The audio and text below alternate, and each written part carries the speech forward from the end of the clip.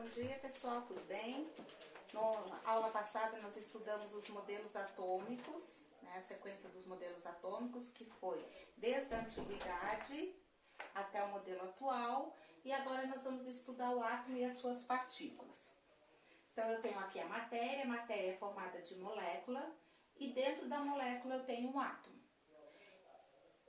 Nós vimos que dentro do átomo eu tenho ao redor a eletrosfera, que é formada por elétrons, que tem carga negativa, e no meio eu tenho o núcleo, onde no núcleo eu tenho os prótons e os nêutrons. Prótons, carga positiva, e nêutrons, que não têm carga e dão estabilidade a esse núcleo. Quando eu faço uma comparação de massa, a massa de um próton equivale a 1. A massa de um nêutron, 1. Eles têm praticamente a mesma massa. Mas a massa do elétron é 1 dividido por 1836. Então, é uma massa praticamente desprezível. Porque vai dar um número muito diminuto. Então, eu desconsidero. Então, eu considero para o átomo o próton e o nêutron. Próton, carga positiva, nêutron não tem carga e elétron, carga negativa. Número de massa. Se a massa do átomo está no núcleo, e no núcleo eu tenho prótons e nêutrons, então a massa vai ser a soma dos prótons com o número de nêutrons. Então, a massa, o número de massa é representado pela letra A, e ele é igual a Z mais N. O que é esse Z? É o número de prótons, que eu chamo de número atômico. É o número de prótons existente no núcleo, representado pela letra Z. Z é igual a P. Então, o número atômico é igual ao número de prótons. Lembrando para vocês que esse número atômico, ele é muito importante porque ele é a identidade do átomo. Um átomo não ganha e perde prótons, ele ganha e perde elétrons, nós vamos ver posteriormente. Então, é a identidade desse átomo. Por exemplo, o hidrogênio tem um próton. Se ele tivesse 2 prótons, ele já não era mais hidrogênio, ele era o gás hélio. E se ele tivesse 3, ele seria o lítio, e assim sucessivamente. Quando eu faço a representação, X quer dizer o símbolo. Então, é o símbolo do meu elemento. O A, número de massa, fica em cima. E o Z, o número atômico, eu represento embaixo. Quando eu vou para a eletrosfera, eu tenho a distribuição dos elétrons ao redor desse núcleo. Lembra que eu coloquei um desafio? Quantas camadas eu teria, que elas não eram infinitas? Não são mesmo. Eu tenho 7 camadas, que são representadas da letra K até a letra Q. K, L, M, N, O, P, Q.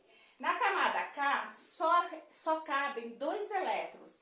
Na camada L, 8, na camada M, 18, na camada N, 32 elétrons, na camada O, 32, na camada P, 18 e na camada Q, 8 elétrons.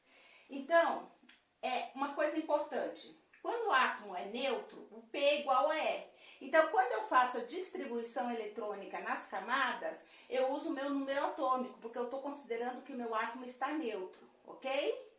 Então, olha aqui, tem 2 dados importantes. A última camada só poderá ter no máximo 8 elétrons e a penúltima camada poderá ter no máximo 18 elétrons. São 2 dados importantes para a hora que eu faço a distribuição eletrônica.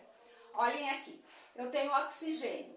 O Z do oxigênio é 8. Isso quer dizer que ele tem 8 prótons no núcleo e 8 elétrons na eletrosfera. Então, ele está neutro. 8 positivo, 8 negativo. Eu faço a distribuição dos elétrons. Camada K, cabe em 2. Coloquei 2. Camada L, cabe em 8.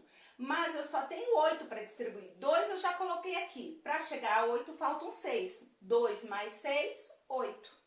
Aí eu vou para o argônio. Número atômico do argônio, 18. O que significa isso? Que ele tem 18 prótons e 18 elétrons. Então, eu vou distribuir os elétrons. 2 na camada K, porque só cabem 2. Na camada L, cabem 8. 2 mais 8, 10. Para 18, faltam 8.